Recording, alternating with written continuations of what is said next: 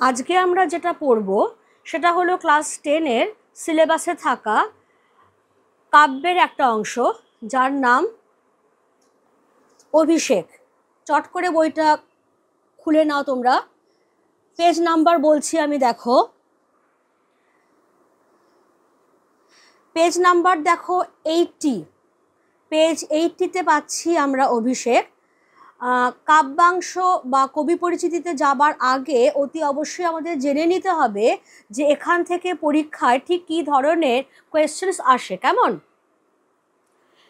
এটা যেহেতু একটা কাব্যের অংশ, সেখান থেকে তোমাদের 4 ধরনের প্রশ্ন আসবে, যেমন বহুবিকল্পীয় প্রশ্ন বা এমসিকিউ, অতি সংক্ষিপ্ত উত্তরধর্মী প্রশ্ন বা এসসিকিউ, যেগুলো কম বেশি 20 শব্দে উত্তর, সংক্ষিপ্ত উত্তরধর্মী প্রশ্ন 60 শব্দে উত্তর যেগুলো, আর থাকছে ব্রড কোয়েশ্চেন্স, রচনাধর্মী প্রশ্নোত্তর।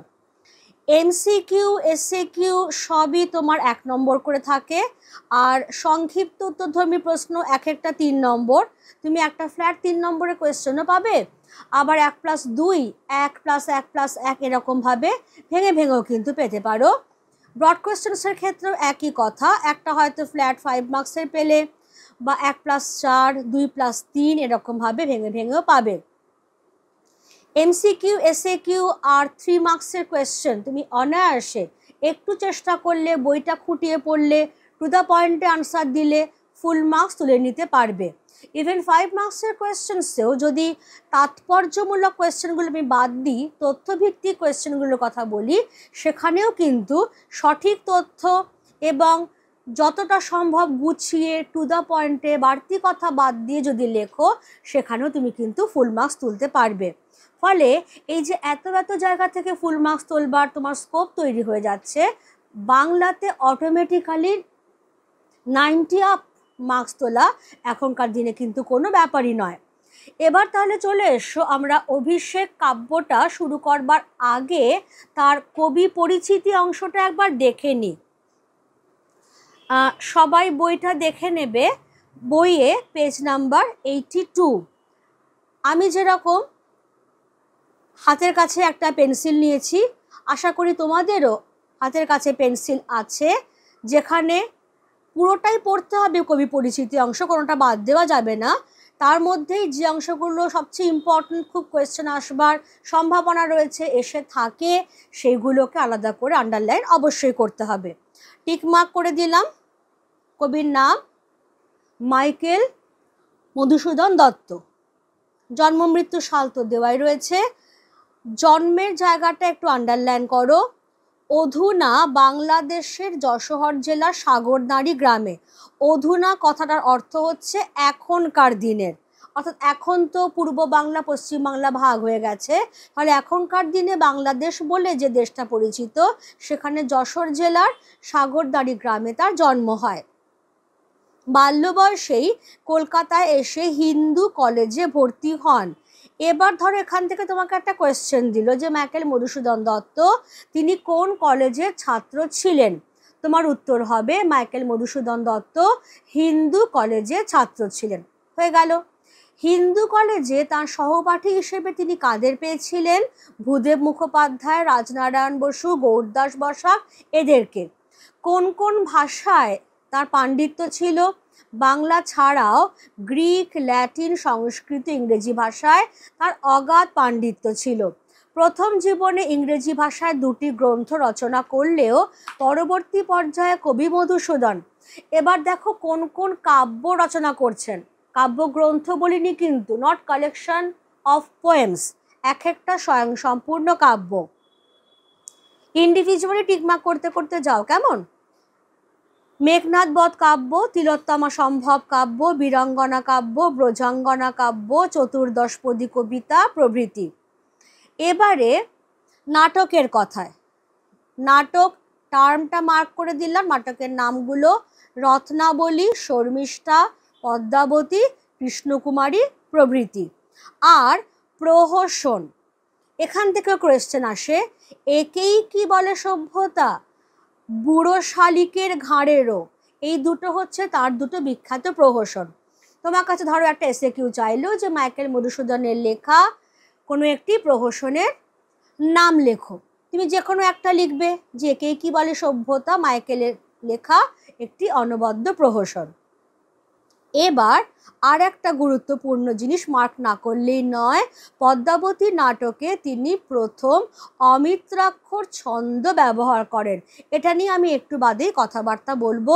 ফলে এইখান থেকে যে কোয়েশ্চেনটা আসে সেটা হচ্ছে মাইকেল মধুসূদন দত্ত কোথায় প্রথম অমিত্রাক্ষর ছন্দ ব্যবহার করেছিলেন।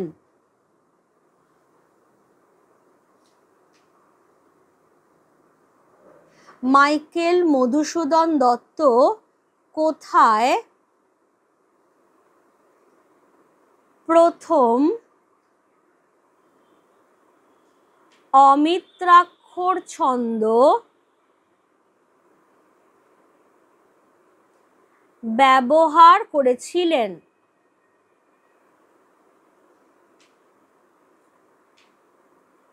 এটা যদি কোয়েশ্চেন হয় তোমার উত্তর কি আসবে, যে মাইকেল মধুসূদন দত্ত পদ্মাবতী নাটকে প্রথম অমিত্রাক্ষর ছন্দ ব্যবহার করেছিলেন।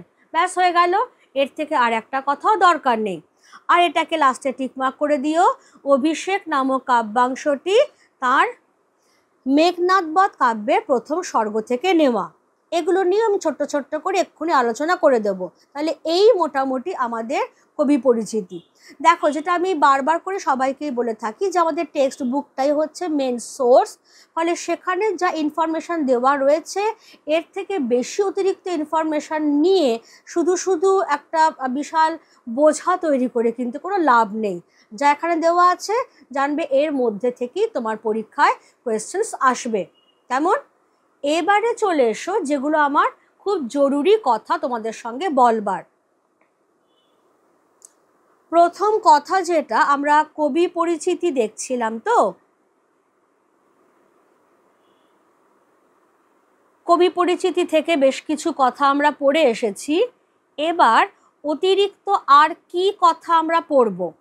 প্রথম কথা হচ্ছে মাইকেল মধুসূদন দত্ত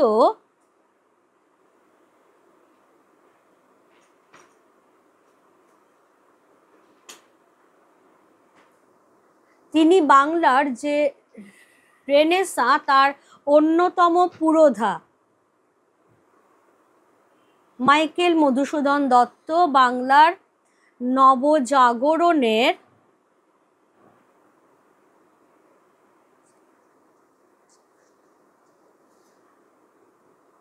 অন্যতম পুরোধা।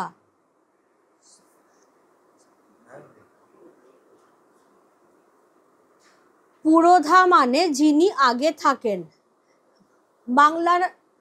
বাংলা নবজাগরণ মানে বেঙ্গল রেনেসাঁ, অর্থাৎ যার বৈশিষ্ট্যই ছিল যে বাংলার বা তথা ভারতীয় যে প্রাচীন ঐতিহ্য সংস্কৃতি সেগুলোর পুনর্জাগরণ ঘটানো। সেগুলো যেভাবে এতদিন ধরে আমরা পড়ে এসেছি সেগুলোকে আর অন্য কীভাবে দেখা যায়, অন্য কোনো অ্যাঙ্গেল থেকে সেগুলোর বিচার করা যায় কি না, সেই বিষয়ে আমাদের যারা পথিকৃৎ ছিলেন, ডিরোজিওর যারা শিষ্য অর্থাৎ ইয়াং বেঙ্গল গোষ্ঠী, মধ্যবিত্ত শিক্ষিত বাঙালি যুবক, এরাই ছিলেন প্রধান। এদেরই একজন অন্যতম সদস্য মাইকেল মধুসূদন দত্ত, যিনি বেঙ্গল রেনেসাঁর অন্যতম পুরোধা। এবার তার সম্পর্কে দ্বিতীয় যে প্রধান গুরুত্বপূর্ণ কথাটা সেটা আমরা এইমাত্র পড়লাম, যে মাইকেল মধুসূদন দত্ত বাংলায় অমিত্রাক্ষর ছন্দ সৃষ্টি করলেন। এটা একটু আগে আমরা রেফারেন্স পেয়েছি যে পদ্মাবতী নাটকে তিনি অমিত্রাক্ষর ছন্দ ব্যবহার করেছিলেন। এখানে আমরা দেখছি অমিত্রাক্ষর ছন্দ সৃষ্টি করেন। এবার এই অমিত্রাক্ষর ছন্দ, এটাকেই ইংলিশে বলা হয় ব্ল্যাঙ্ক ভার্স।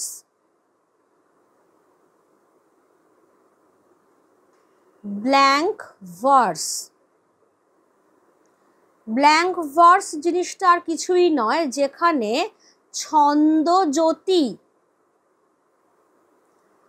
আর ভাবজ্যোতি পৃথক হয়ে যায়।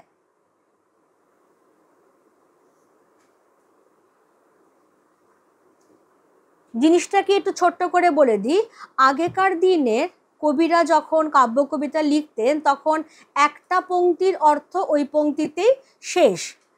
কবি মাইকেল বলছেন যে আমরা যখন কথা বলি তখন তো এভাবে কথা বলি না, আমরা তো টানা কথা বলে যাই, একটা অর্থ যেখানে শেষ হয় সেখানে গিয়ে আমরা থামি। তাহলে আমরা যখন কবিতা রচনা করছি তখন এই রীতিটাকে গ্রহণ করতে অসুবিধে কোথায়? ফলে তিনি যে অমিত্রাক্ষর ছন্দ সৃষ্টি করলেন সেখানে দেখা যাচ্ছে ছন্দ ছন্দের মতো চলুক, কিন্তু কবিতা আমি যখন পড়ছি এমনভাবেই পড়ছি তার অর্থ অনুযায়ী, সেটা এক পংক্তি থেকে দ্বিতীয় পংক্তি বা দ্বিতীয় পংক্তি থেকে তৃতীয় পংক্তি হয়ে যেখানে অর্থটা কমপ্লিট হলো সেখানে হয় সেমিকোলন পড়লো বা দাঁড়ি পড়লো। এটাই হচ্ছে অমিত্রাক্ষর ছন্দের প্রধান বৈশিষ্ট্য। এবার যেটা আমার 3 নম্বর পয়েন্ট দেবার সেটা হচ্ছে অভিষেক, যেটা আমাদের পাঠ্যাংশ। এই অভিষেকের যদি আমি মূল গ্রন্থটা দেখি, অভিষেকের মূল গ্রন্থ হচ্ছে মেঘনাদ বধ কাব্যের প্রথম সর্গ।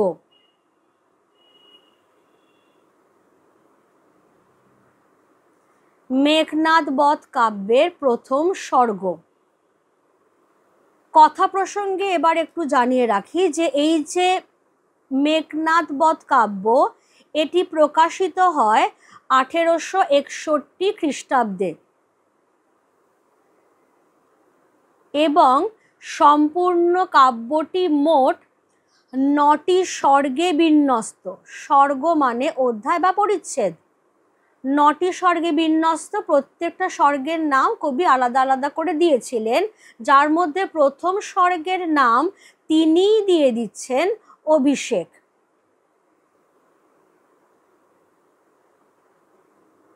কেমন? এবার যেটা আমি বলছিলাম যে মাইকেল মধুসূদন দত্ত বাংলার নবজাগরণের অন্যতম পুরোধা, তাহলে তার পরিচয় আমরা মেঘনাদ বধ কাব্যে কীরকম পাচ্ছি একটু ধরিয়ে নি তোমাদের।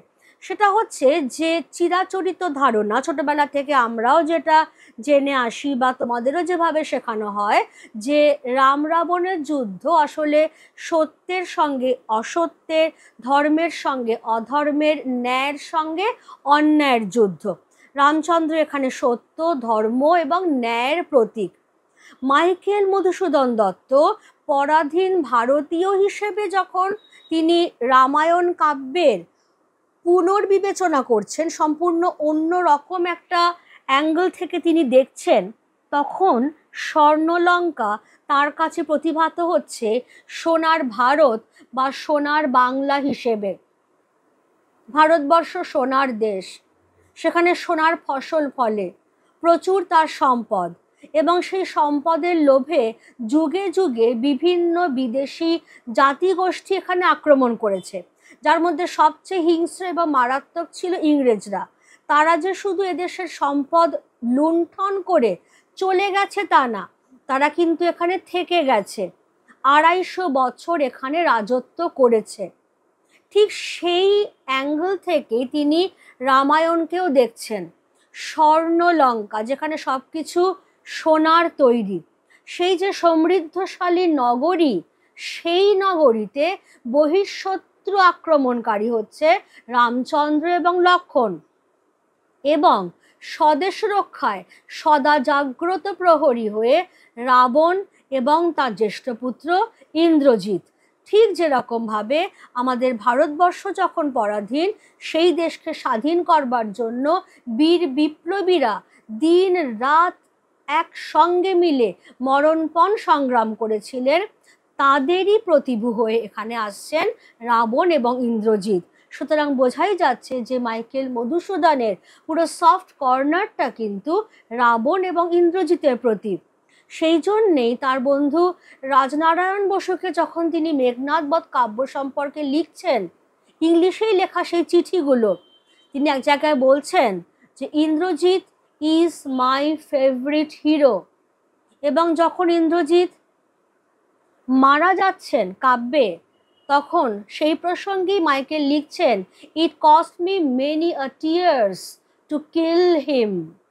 কারণ এইরকম একজন স্বদেশভক্ত মানুষকে রামায়ণের কাব্যের সত্যতার খাতিরে তাকে মেরে ফেলতে হচ্ছে। সেই জন্যেই কবি মাইকেলের চোখ দিয়ে অনেক অশ্রু ঝরেছে। তো এইটাই হচ্ছে অন্য রকম দৃষ্টিভঙ্গিতে দেখা। এবার চলে এসো যে যে জায়গা থেকে আমরা শুরু করব কাব্যাংশটা, তার আগে কিছু ঘটনা ঘটে গেছে, কারণ পুরো প্রথম স্বর্গটাই তোমাদের কাছে তুলে দেওয়া হয়নি, কিছু এডিটেড পোর্শন তোমাদের কাছে এসেছে। এর আগে কি ঘটনা ঘটেছে? রাম রাবণের যুদ্ধ অলরেডি শুরু হয়ে গেছে এবং সেই যুদ্ধে ইন্দ্রজিৎ নিজে রামচন্দ্রকে দুবার পরাস্ত এবং নিহত করেছেন। তারপর তিনি যখন দেখেছেন যে যুদ্ধের আর সম্ভাবনা নেই, তখন তিনি তার সুন্দরী স্ত্রী প্রমীলাকে নিয়ে লঙ্কার অদূরে অবস্থিত তার যে প্রমোদ কানন, সেইখানে গেছেন তাদের সহচরীদের নিয়ে প্রমোদ বিলাসে রত। সেই রকম অবস্থায় তার কাছে এসে হাজির হচ্ছেন দেবী লক্ষ্মী, কিন্তু দেবী লক্ষ্মী স্বরূপে আসছেন না, ইন্দ্রজিতের ধাইমা রাক্ষসী প্রভাসার ছদ্মবেশে তার কাছে আসছেন কিছু একটা কথা জানাতে। কি কথা জানাতে আসছেন? কি ঘটেছে লঙ্কায়? সেইখান থেকে শুরু হচ্ছে অভিষেক কাব্যাংশটি। তো এবার মূল কাব্যে যাবার আগে আমি কয়েকটা পয়েন্ট দিয়ে নিই। ইন্দ্রজিতের নাম ইন্দ্রজিৎ হলো কেন, এটা জেনে রাখা খুব দরকার। তাহলে ইন্দ্রজিৎ কে? তার পরিচয় হচ্ছে লঙ্কার রাজা রাবণ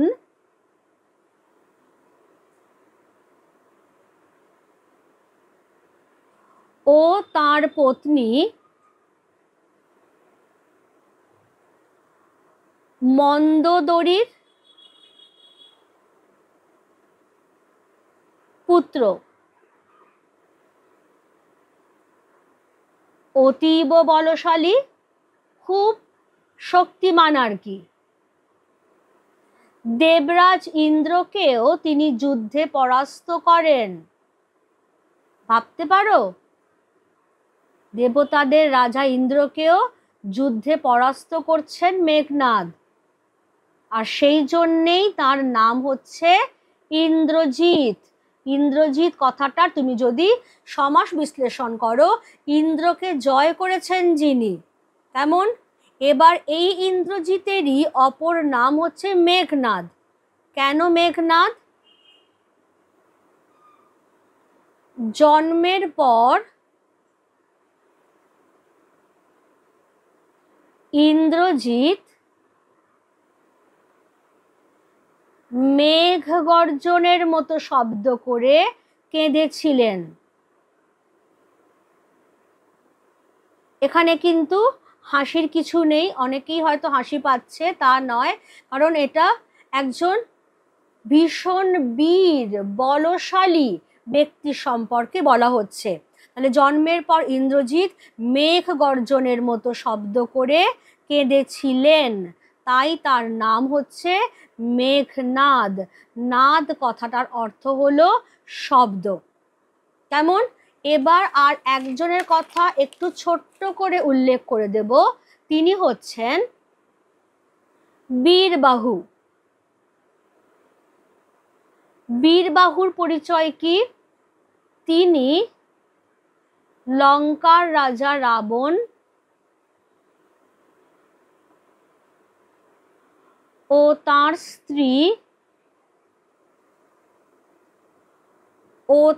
স্ত্রী চিত্রাঙ্গদার পুত্র।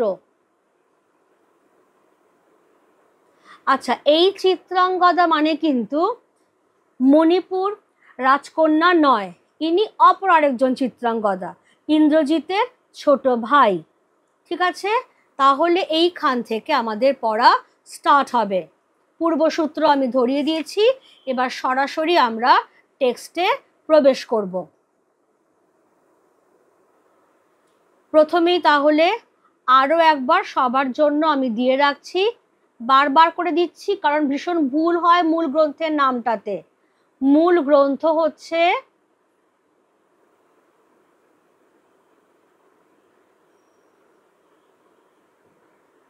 মেঘনাদ বধ কাব্যের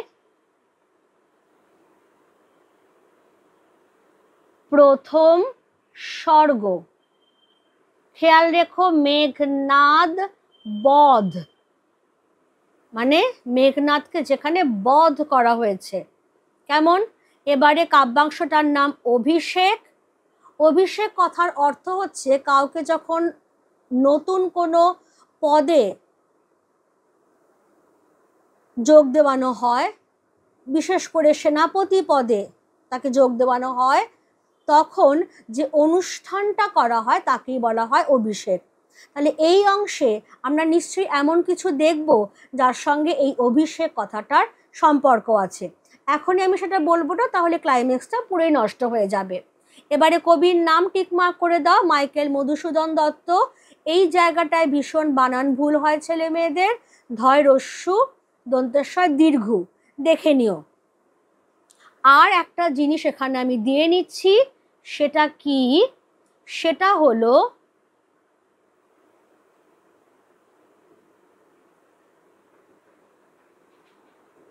দেবী লক্ষ্মী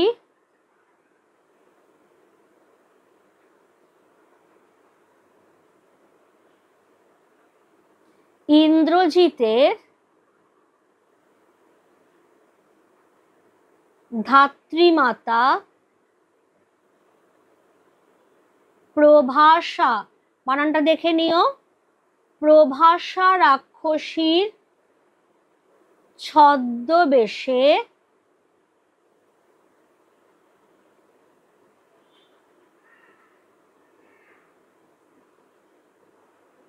ইন্দ্রজিতের প্রমোদ কাননে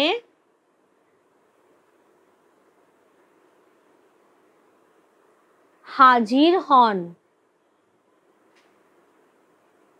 ঠিক এরপর থেকেই শুরু হচ্ছে আমাদের আলোচ্য টেক্সট। এখান থেকে শুরু করছি। কনক আসন ত্যাজি বীরেন্দ্র কেশরী ইন্দ্রজিৎ প্রণমিয়া ধাত্রীর চরণে কহিলা, কি হেতু মাত গতি তব আজিয়ে ভবনে, কহ দাসে লঙ্কার কুশল।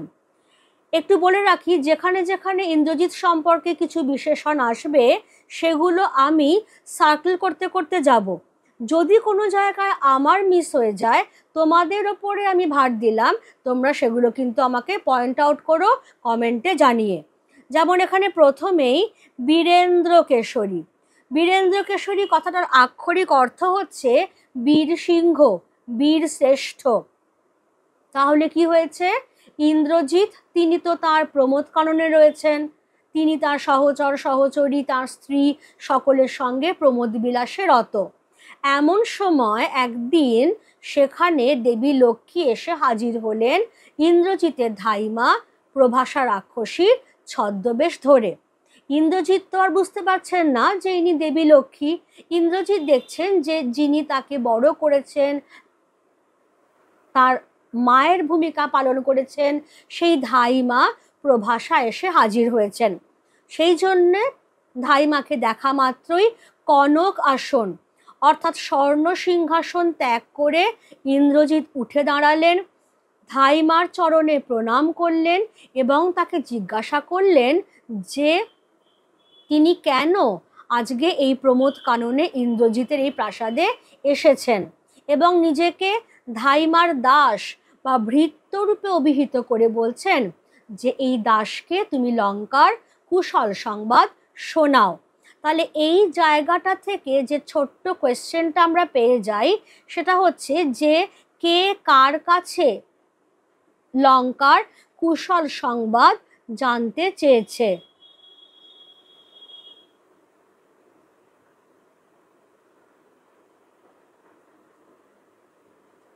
কে কার কাছে লঙ্কার কুশল সংবাদ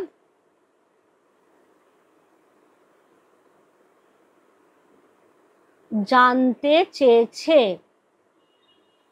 এবার এইটা যদি আমার কোয়েশ্চেন হয় তাহলে সেখানে উত্তর কি হবে?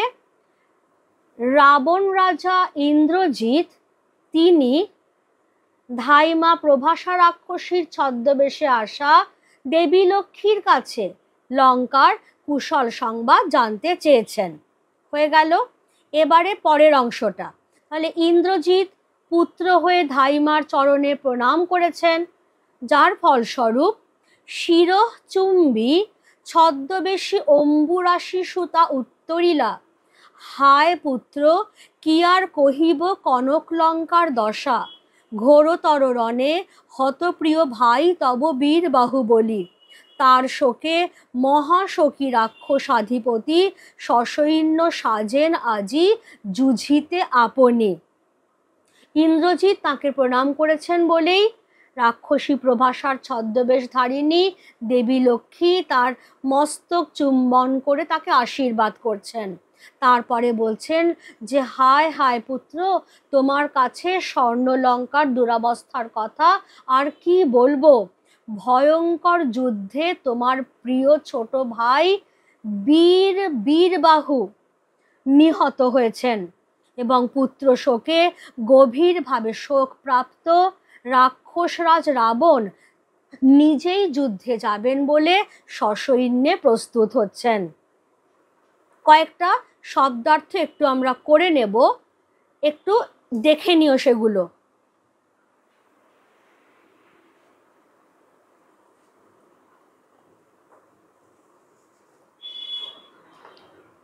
কোন কোন শব্দার্থ আমরা করে নেব? প্রথমেই আমরা যেটা বলছিলাম বীরেন্দ্র কেশরী,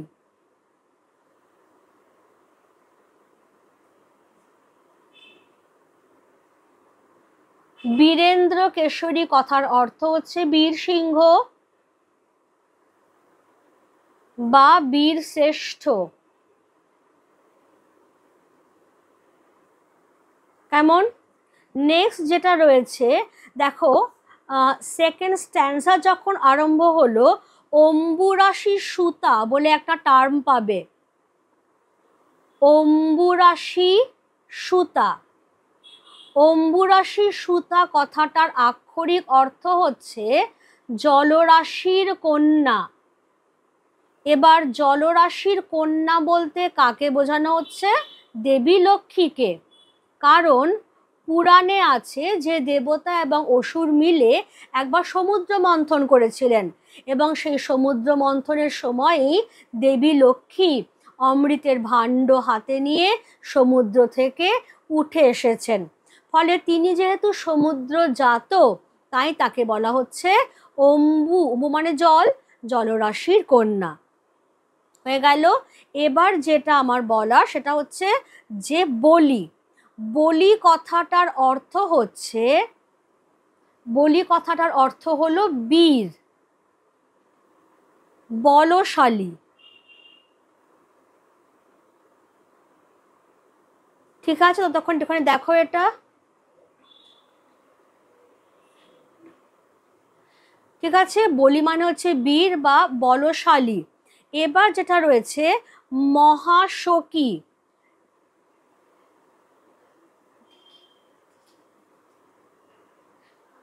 মহাশোকী, মহাশোকী কথাটার অর্থ হলো গভীরভাবে শোকপ্রাপ্ত। তাহলে কে গভীরভাবে শোকপ্রাপ্ত? রাক্ষস রাজা রাবণ, কারণ তার পুত্র, প্রিয় পুত্র বীরবাহু যুদ্ধে মারা গেছেন, সেই জন্যেই তিনি গভীরভাবে শোকপ্রাপ্ত হয়ে নিজেই যুদ্ধে যাবেন বলে সসৈন্যে প্রস্তুত হচ্ছেন। এরপর কি আসছে দেখো, এরপর যেটা আসছে,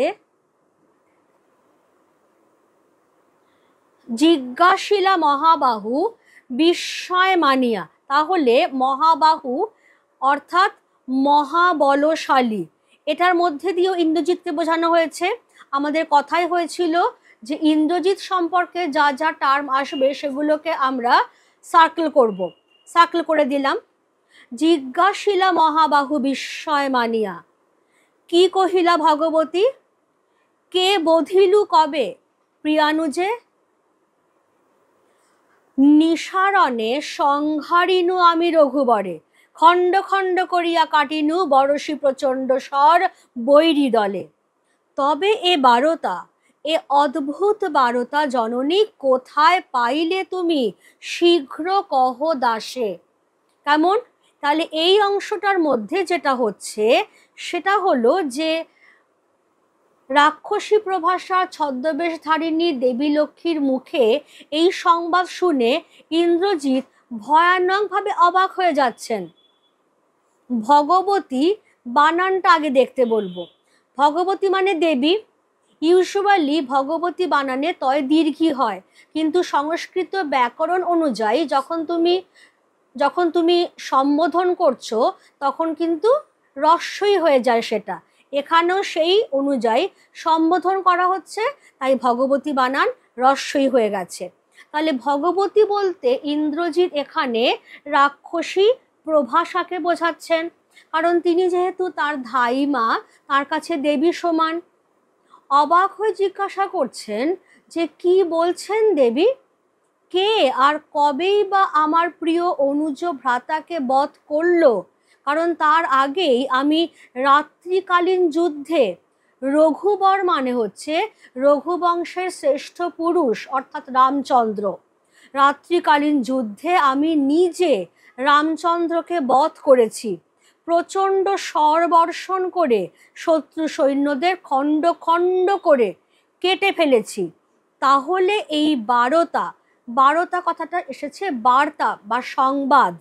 এই অদ্ভুত বার্তা জননী তুমি কোথায় পেলে, শীঘ্র তোমার এই দাসকে বলো। আবার দেখো দাস কথাটা এলো, অর্থাৎ ভৃত্য। জননীর কাছে পুত্র সবসময় ভৃত্য সম, ইন্দ্রজিতের বিনয়ের প্রকাশ। এই ছোট্ট ছোট্ট জায়গাগুলো কিন্তু আমাদের ইন্দ্রজিতের চরিত্র বুঝতে কাজে লাগবে। তাহলে এবার এই জায়গাটা বোঝা হয়ে গেছে আমাদের। এবার আমরা একটু শব্দার্থে যাব, যে শব্দার্থগুলো আমাদের জেনে নেওয়া খুব দরকার। কোনগুলো জেনে নেওয়া দরকার? যেমন আমি যদি বলি মহাবাহু কথাটা, মহাবাহু অর্থাৎ মহা শক্তিশালী।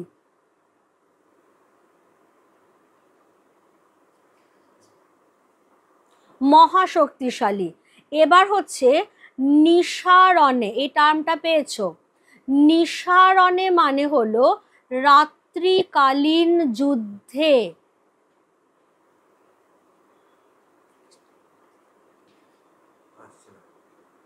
রাত্রিকালীন যুদ্ধে। নেক্সট আসছে সংহারিনু। সংহারিনু মানে হচ্ছে বধ করলাম। রঘুবর মানে আমি এইমাত্র বলে দিলাম রঘুবংশের শ্রেষ্ঠ পুরুষ অর্থাৎ রামচন্দ্র।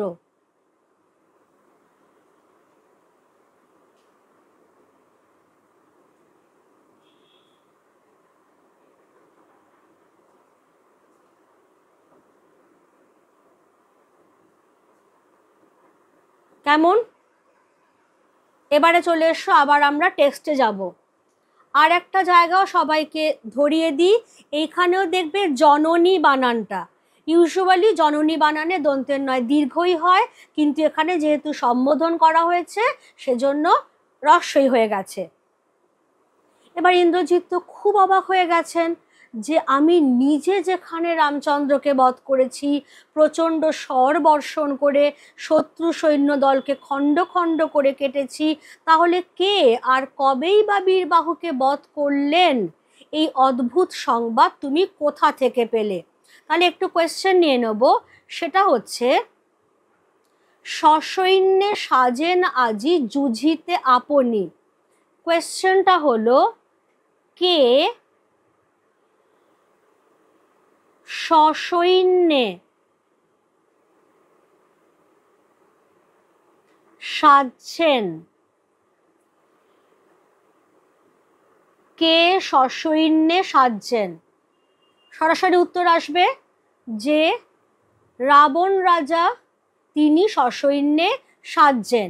এবার যদি এখানে আমি একটা কেন যোগ করে দিই, যে কে কেন সসৈন্যে সাজছেন, সেটা হচ্ছে যে রাম রাবণের যুদ্ধে রাবণের অনুজ পুত্র বীরবাহু নিহত হওয়ায় গভীরভাবে শোকপ্রাপ্ত হয়ে রাবণ রাজা নিজেই যুদ্ধে যাবেন বলে সসৈন্যে সাজছেন।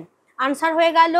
এবারে পরের কোয়েশ্চেন হচ্ছে, এ বারতা, এ অদ্ভুত বারতা জননী কোথায় পাইলে তুমি, শীঘ্র কহ দাসে।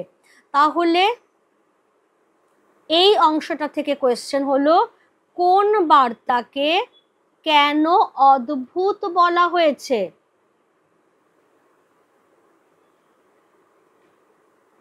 কোন বার্তাকে কেন অদ্ভুত বলা হয়েছে?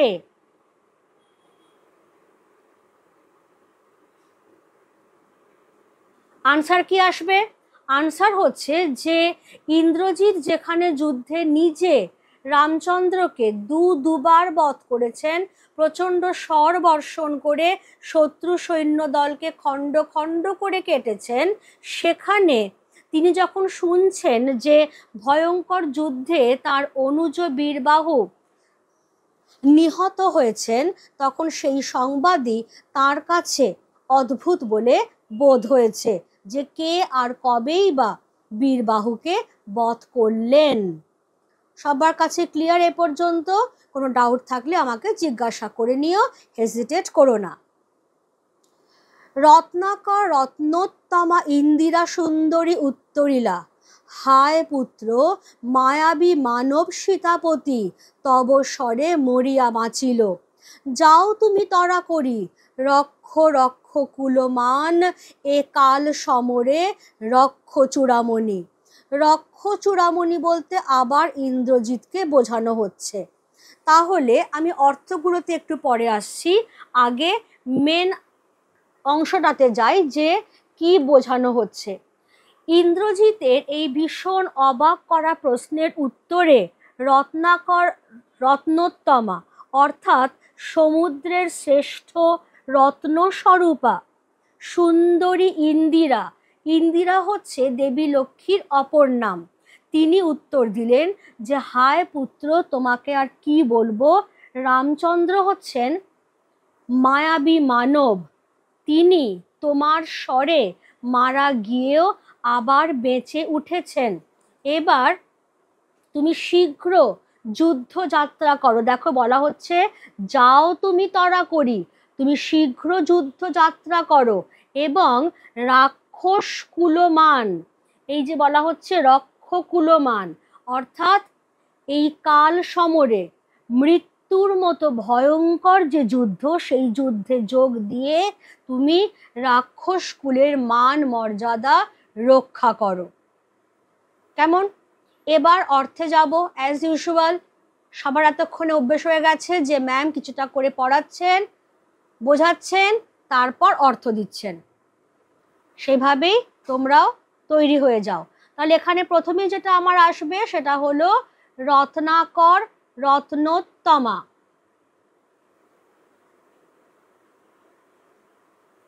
রত্নাকর রত্নোত্তমা সেটা হচ্ছে সমুদ্রের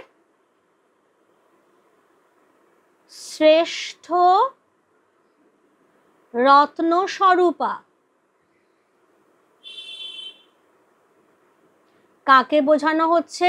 দেবী লক্ষ্মীকে, যিনি শ্রী ও সম্পদের দেবী।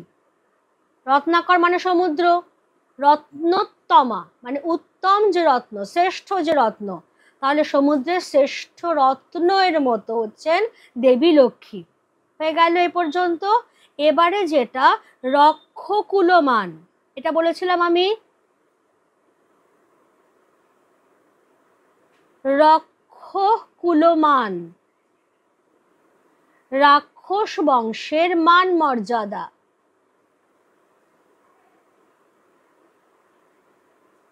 রাক্ষস বংশের মান মর্যাদা। আর রক্ষ চূড়ামণি, মানে যখনই রক্ষ কথাটা আসবে তখনই বুঝবে রাক্ষস। রক্ষ চূড়ামণি মানে হচ্ছে রাক্ষস বংশের শ্রেষ্ঠ পুরুষ অর্থাৎ ইন্দ্রজিৎ। রঘুবংশের শ্রেষ্ঠ পুরুষ যেরকম রামচন্দ্র, তেমনি রাক্ষস বংশের শ্রেষ্ঠ পুরুষ হচ্ছেন ইন্দ্রজিৎ। হয়ে গেল এ পর্যন্ত। এবার হলো কাল সমর। কাল মানে মৃত্যু, মৃত্যুর মতো ভয়ানক যুদ্ধ। তাহলে বিধ্বংসী রক্তক্ষয়ী যুদ্ধ, মৃত্যুর মতো ভয়ানক যুদ্ধ। তাকে অনুরোধ করা হচ্ছে যে তুমি তাড়াতাড়ি করে যাও, মৃত্যুর মতো ভয়ানক যে যুদ্ধ বেঁধেছে সেই যুদ্ধে যোগ দিয়ে তুমি রাক্ষস বংশের মান মর্যাদাকে রক্ষা করো, কারণ তুমিই হচ্ছ রাক্ষস বংশের শ্রেষ্ঠ পুরুষ, রক্ষ চূড়ামণি। তাহলে এত কথা তো ইন্দ্রজিৎ জানতেনই না, তাই না, যে সীতাপতি তিনি যে আবার বেঁচে উঠেছেন এবং তিনি বীরবাহুকে বধ করেছেন। তাহলে এই কথা জানবার পর ইন্দ্রজিতের প্রতিক্রিয়া কি হচ্ছে দেখো। ছিঁড়িলা কুসুম দাম রোষে মহাবলী মেঘনাদ। তাহলে মেঘনাদ সম্পর্কে আবার আমরা পেয়ে গেলাম মহাবলী অর্থাৎ মহাশক্তিশালী। ফেলাইলা কনক বলয় দূরে পদতলে পরিশোভিল কুণ্ডল, যথা অশোকের ফুল অশোকের তলে আভাময়। ধিক মোরে কহিলা গম্ভীরে কুমার, হাত ধিক মোরে বৈরী দল বেড়ে স্বর্ণলঙ্কা, হেথা আমি বামা দল মাঝে, এই কি সাজে আমারে দশাননাত্মজ আমি ইন্দ্রজিৎ, আনরথ তরা করি ঘুচাবো এ অপবাদ বোধি রিপুকুলে। তাহলে এই কথা যখন জানতে পারলেন ইন্দ্রজিৎ যে লঙ্কায় কি ভয়াবহ অবস্থা, তখন ভয়ঙ্কর রাগে তিনি গলায় থাকা ফুলের মালা ছিঁড়ে ফেলে দিলেন। হাতের সোনার বালা, কনক বলয় মানে হচ্ছে সোনার বালা, খুলে ফেলে দিলেন দূরে, এবং কর্ণকুণ্ডল খুলে ফেললেন, সেটা তার পায়ের তলায় পড়ে ঝকমক করতে লাগলো, ঠিক যেভাবে অশোক গাছের তলায় অশোক ফুল আভাময় হয়ে পড়ে থাকে। কুমার মানে ইন্দ্রজিৎ। কুমার ইন্দ্রজিৎ গম্ভীর স্বরে আত্মধিক্কার দিচ্ছেন, অর্থাৎ নিজেকে নিজে ধিক্কার জানিয়ে বলছেন, ছি ছি ধিক আমাকে। বৈরী দল অর্থাৎ শত্রু সৈন্যরা যখন স্বর্ণলঙ্কা ঘিরে ফেলেছে, তখন আমি কি না এখানে নারীদের মাঝখানে প্রমোদ বিলাসে রত, এই কি আমাকে সাজে? আমি হচ্ছি দশানন রাবণের পুত্র ইন্দ্রজিৎ, এ আমাকে সাজে না। বলে তিনি তার সহচরদের আজ্ঞা দিচ্ছেন, শীঘ্র তাড়াতাড়ি আমার রথ নিয়ে এসো, আমি শত্রু সৈন্যদের বধ করে এই অপবাদ দূর করব। অপবাদ কথার অর্থ হচ্ছে দুর্নাম বা বদনাম। কেমন? তাহলে কোয়েশ্চেনটা কি, এই লাইনটা তুলেই আমি কোয়েশ্চেন নিচ্ছি। ঘুচাবো এ অপবাদ বোধি রিপুকুলে। তিনটে পার্টে কোয়েশ্চেন আসবে। কে কোন অপবাদ কিভাবে দূর করতে চেয়েছিলেন?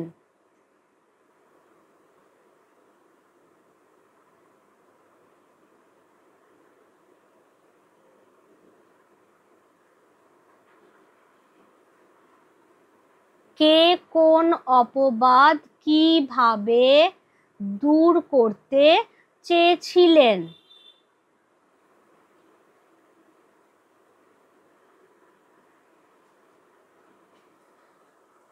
শত্রু সৈন্য যখন স্বর্ণলঙ্কা ঘিরে ফেলেছে, তখন ইন্দ্রজিৎ তিনি তার প্রমোদ কাননে নারীদের মাঝখানে বিলাস ব্যাসনে রত, এই অপবাদ ইন্দ্রজিৎ দূর করতে চেয়েছেন শত্রু সৈন্যদের সমূলে বিনাশ করে। এই হচ্ছে তোমার এই কোয়েশ্চেনটার পুরো আনসার। কেমন? এবার এই জায়গাটা থেকে আমি ছোট্ট কয়েকটা শব্দার্থ দেব, কিরকম, যেগুলো আমাদের খুব দরকার সেইগুলো, যেমন মহাবলী। মহাবলী কথার অর্থ হচ্ছে মহাবলশালী, মহাবীর যাকে বলা হয়। নেক্সট হচ্ছে বৈরী দল।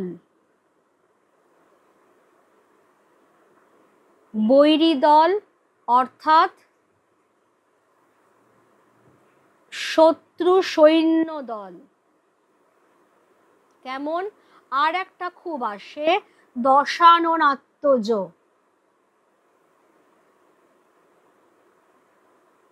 এটাকে আগে আমরা একটু সন্ধি বিচ্ছেদ করে নেব। দশানন যোগ আত্মজ। আত্মজ কথাটার অর্থ হচ্ছে পুত্র, তার মানে তোমরা বুঝতে পারছো দশানন রাবণের পুত্র, অর্থাৎ বোঝানো হচ্ছে ইন্দ্রজিৎকে। ক্লিয়ার সবার কাছে এ পর্যন্ত? এবার কি হচ্ছে দেখো,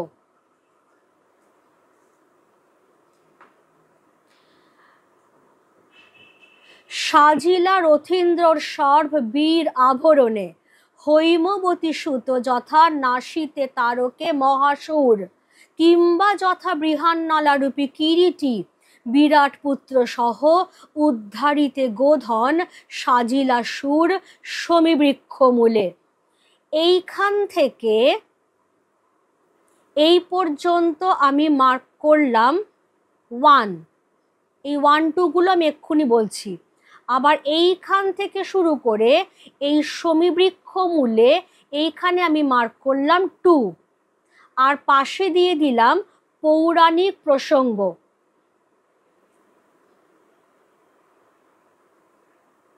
এবারে আগে একটু বুঝিয়ে নিই, তারপরে এইগুলোর কি ব্যাপার স্যাপার বলে দিচ্ছি।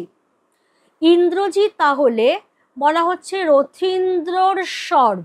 রথীন্দ্র কথাটার মানে হচ্ছে শ্রেষ্ঠ বীর। ঋষভ মানে হচ্ছে বৃষ বা ষাঁড়, বলশালী যে। তাহলে শ্রেষ্ঠ বীরেদের মধ্যেও যিনি বৃষের তুল্য শ্রেষ্ঠ, মানে শ্রেষ্ঠ বীরেদের মধ্যে যিনি সর্বশ্রেষ্ঠ, সেই ইন্দ্রজিৎ তিনি এবার বীরের যোগ্য অলঙ্কারে সজ্জিত হচ্ছেন যুদ্ধযাত্রা করবেন বলে। ঠিক কিরকম মনে হচ্ছে? হৈমবতী সুত দেবী দুর্গার পুত্র তথা দেব সেনাপতি কার্তিক যখন তারকাসুরকে বধ করবার জন্য রণসাজে সজ্জিত হচ্ছিলেন, ঠিক সেই রকম মনে হচ্ছে। আবার যখন পঞ্চপাণ্ডব তারা 1 বছর অজ্ঞাতবাসে ছিলেন বিরাট রাজার আশ্রয়ে, তখন অর্জুন সেজেছিলেন বৃহন্নলা। কিরীটি অর্জুনের আর একটা নাম, তিনি বৃহন্নলা সেজেছিলেন। সেই সময় একটা ঘটনা ঘটেছিল, কৌরবরা বিরাট রাজার গোধন, গোধন মানে তার যে বিরাট গরুর যে দল, সেটা চুরি করে নিয়ে যাচ্ছিল। ঠেকানো দরকার, কিন্তু বিরাট রাজার এত ক্ষমতা নেই যে কৌরবদের সঙ্গে তিনি যুদ্ধ করবেন। এই অবস্থায় আসরে নামছেন অর্জুন। এবার তারা অজ্ঞাতবাসে ছিলেন তখন, কৌরবরা যাতে না চিনতে পারে সেই জন্যেই বিরাট রাজার রাজ্যে ঢোকবার আগে একটা শমী গাছ ছিল। সেই শমী গাছের কোটরে পঞ্চপাণ্ডব তাদের সমস্ত অস্ত্র শস্ত্র অলঙ্কার সব কিছু ভরে রেখেছিলেন। এখন যখন যুদ্ধযাত্রার প্রয়োজন হয়েছে, তখন বৃহন্নলা রূপী অর্জুন বিরাট রাজার পুত্র উত্তরকে সঙ্গে নিয়ে সেই সমীবৃক্ষ মূলে হাজির হয়েছেন, রণসাজে সজ্জিত হচ্ছেন, কারণ কৌরবদের সঙ্গে তিনি যুদ্ধযাত্রা করবেন বিরাট রাজার অপহৃত গোধন উদ্ধার করতে। সেইটার সঙ্গে তুলনা করা হচ্ছে ইন্দ্রজিতের রণসাজ গ্রহণ করাকে। কোয়েশ্চেনটা যেটা আসে যে ইন্দ্রজিৎ যে রণসাজ গ্রহণ করছেন সেই প্রসঙ্গে কবি কোন কোন পৌরাণিক উপমার ব্যবহার করেছেন।